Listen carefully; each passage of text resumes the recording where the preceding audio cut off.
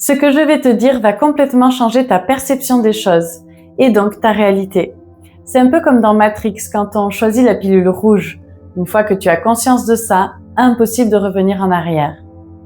Je vais te dire une chose importante. Tu n'es pas aussi libre que tu le crois. Moi, une fois que j'ai compris ça, j'ai vraiment tout changé dans ma vie. Je m'appelle Agatha et aujourd'hui, je vais te montrer comment tu peux reprendre le pouvoir sur ta vie. Mais avant de continuer, ne pars pas sans t'abonner et activer la cloche, car je te partage ici des contenus de grande valeur que je suis sûre tu ne voudras pas manquer. Allez, on prend une grande respiration ensemble et on y va. Est-ce que tu savais que plus de 90% de ta vie est contrôlée par ton inconscient? Ce que tu penses être des choix libres, ton métier, tes relations, même tes passions, est en réalité le fruit d'une programmation invisible. Tu crois décider, mais en fait ta vie est dictée par un conditionnement profond. Un conditionnement qui prend racine dans ton passé, dans ton histoire, tes expériences, et en particulier celles des générations qui viennent avant toi. Tu vis dans une illusion. Ce que tu crois être vrai, ce que tu ressens, ce que tu perçois du monde, tout ça est filtré par des schémas inconscients qui se sont formés pour la plupart bien avant ta naissance. Non, tu n'es pas une page blanche, tu es chargé de mémoires, de blessures, de croyances qui influencent tout ce que tu fais sans même que tu t'en rendes compte. Les neurosciences ont prouvé que notre cerveau traite environ 11 millions d'informations par seconde, mais seulement 40 sont conscientes. Tout le reste, c'est l'inconscient qui le gère. C'est pour ça que tu répètes toujours les mêmes schémas, les mêmes échecs, les mêmes erreurs, les mêmes relations toxiques. Et tu as sûrement déjà vécu ça. Tu rencontres une nouvelle personne, tout semble différent, et après un temps, à nouveau, le même scénario se répète. Pourquoi? Parce que ton inconscient ne te guide pas vers ce qui est bon pour toi, il te guide vers ce qui lui est familier, même si ce familier est destructeur. Dans les années 60, le neuroscientifique Paul MacLean a développé la théorie du cerveau triunique. Il a montré qu'on a 3 couches dans notre cerveau. Le premier, c'est le cerveau reptilien, le plus ancien. Son rôle, c'est la survie. Il gère les réflexes automatiques, tout ce qui est instinctif, primitif. Le second, c'est le cerveau limbique. Il contrôle nos émotions, nos souvenirs affectifs, nos réactions spontanées.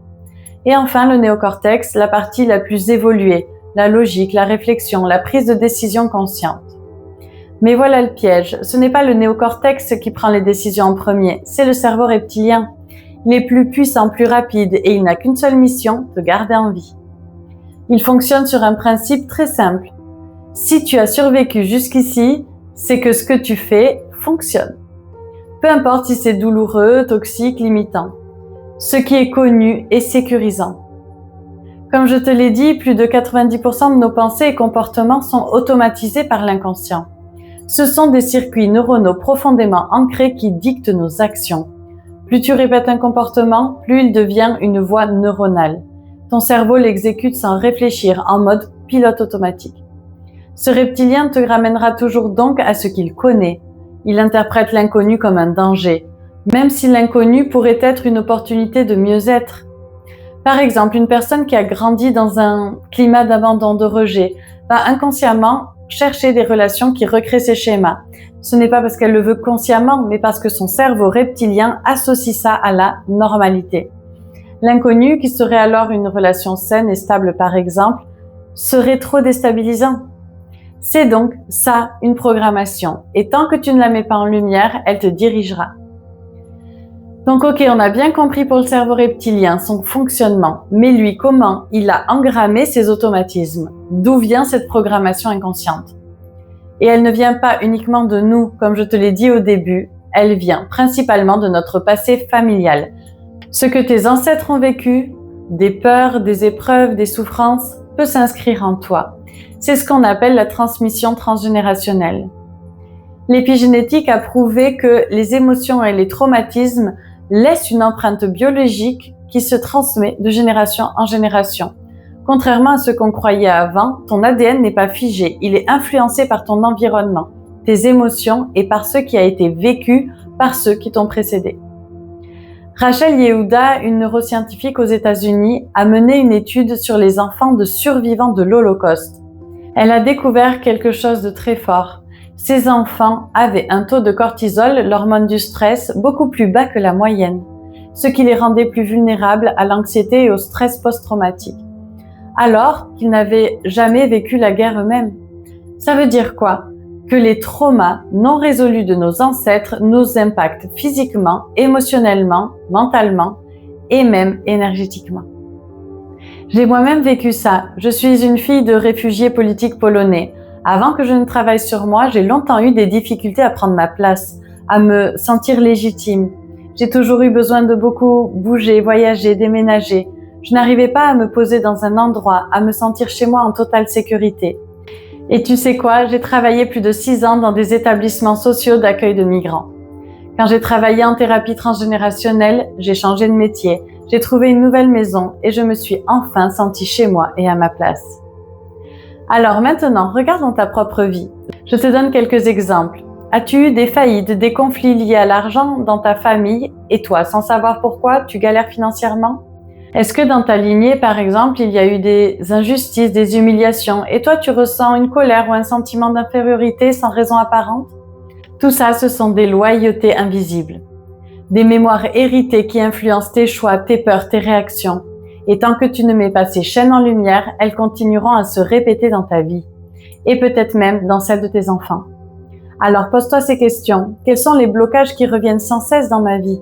Quels événements marquants ont lieu dans ma famille avant ma naissance? Est-ce que je porte des poids, des croyances qui ne m'appartiennent pas? Et c'est en regardant, en prenant conscience de ce qui se joue chez toi et dans ta vie, en lien avec ton transgénérationnel, que tu pourras te libérer. Si aujourd'hui tu as pris conscience que tu fonctionnais en mode automatique, que tes pensées, tes comportements, tes choix sont en grande partie dictés par des schémas inconscients, majoritairement familiaux, alors on a déjà fait un grand pas. La vraie question maintenant, comment on fait pour reprogrammer tout ça? Comment on se libère de ces automatismes, de ces traumas, de ces schémas répétitifs, de toutes ces mémoires inconscientes qui nous freinent et nous enferment? La bonne nouvelle, c'est que c'est possible. Ton cerveau n'est pas figé, il peut se reprogrammer. On parle aussi de plasticité neuronale. Mais attention, tu ne peux pas juste dire « cette fois c'est bon, je vais changer » parce que ça ne fonctionne pas comme ça. Ton cerveau reptilien ne comprend pas les intentions, il se fiche un peu de ce que tu veux dans ta tête. Il comprend par l'expérience, le ressenti, le mouvement, la répétition. Si tu veux changer ta réalité, tu dois l'incarner. Pas seulement y penser, pas seulement l'espérer, mais la vivre, la ressentir dans ton corps, la matérialiser dans le concret. La première étape, c'est d'arrêter d'agir en mode pilote automatique. Tu sais, ces moments où tu fais des choix sans même t'en rendre compte et tu réagis exactement comme avant, comme si c'était plus fort que toi. C'est là qu'il faut commencer à observer. La prochaine fois que tu te surprends dans tes automatismes, ces réactions incontrôlées, fais une pause. Et ensuite, demande-toi, est-ce que c'est moi qui choisis en conscience ou est-ce que c'est mon ancien programme qui parle à ma place? Rien que cette prise de recul, ce dézoom, ça change beaucoup. Et puis, il faut sortir du cadre. Ton cerveau associe ton environnement à tes anciens schémas. Si rien ne change autour de toi, il ne croira pas que toi, tu peux changer. Alors, secoue un peu les choses. Change quelques routines, fréquente de nouveaux endroits, brosse-toi les dents avec la main inversée, change de trajet habituel pour aller au travail. Découvre des personnes différentes. Si tu veux une réalité différente, tu dois être quelqu'un de différent. Tu dois court-circuiter tes automatismes et créer du nouveau, des nouvelles expériences pour que ta réalité change. Ce n'est pas qu'une question de mental, il faut que ton corps, ton cœur vive la transformation. Bouge déjà différemment, change ta posture. Si tu veux plus de confiance en toi, par exemple, commence à adopter cette posture de confiance. Redresse-toi, respire profondément, lève le menton, marche avec assurance et ressens-le.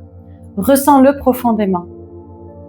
Même si tu as l'impression que c'est un jeu, ton cerveau enregistre les sensations et commence à recalibrer ton identité. Il n'y a pas besoin de tout bouleverser d'un coup, mais pose déjà des nouvelles actions concrètes, même symboliques.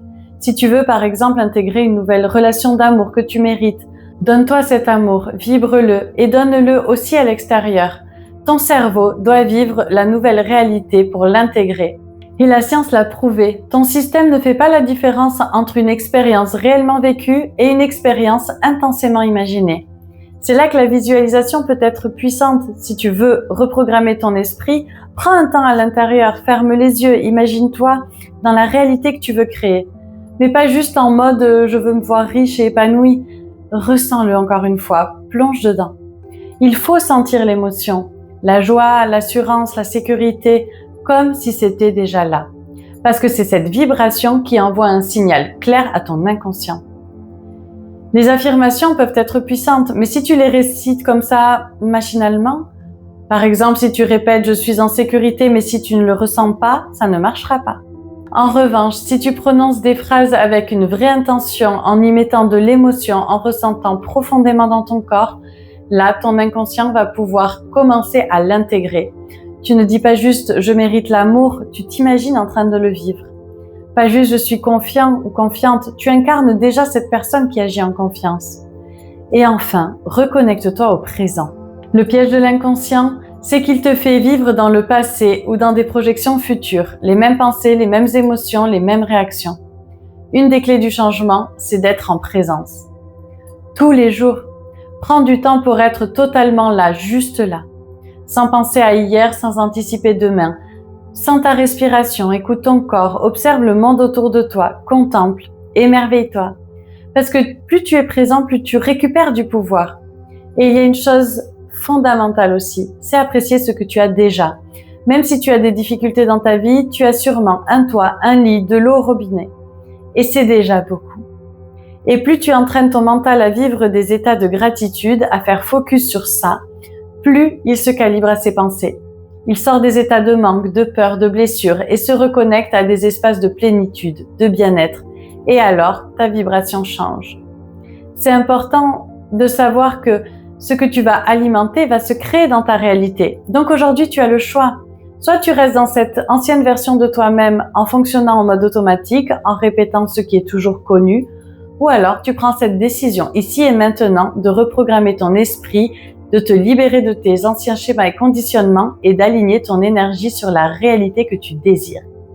Et si tu veux aller plus loin, si tu veux transformer ta réalité en profondeur, que tu as l'impression de ne pas avoir tous les outils, toutes les ressources pour le faire, et je pense que c'est important que je te le dise, moi je me suis fait accompagner et je pense qu'on devrait tous se faire accompagner dans notre travail personnel.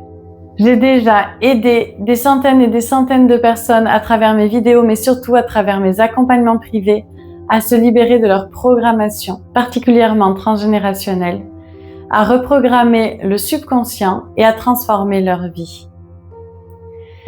Si tu veux être le prochain, la prochaine, n'hésite pas. Tu me contactes via mon mail dans la description de la vidéo, mais seulement si tu es engagé dans ta réalisation personnelle. Alors, si cette vidéo t'a plu, partage-la.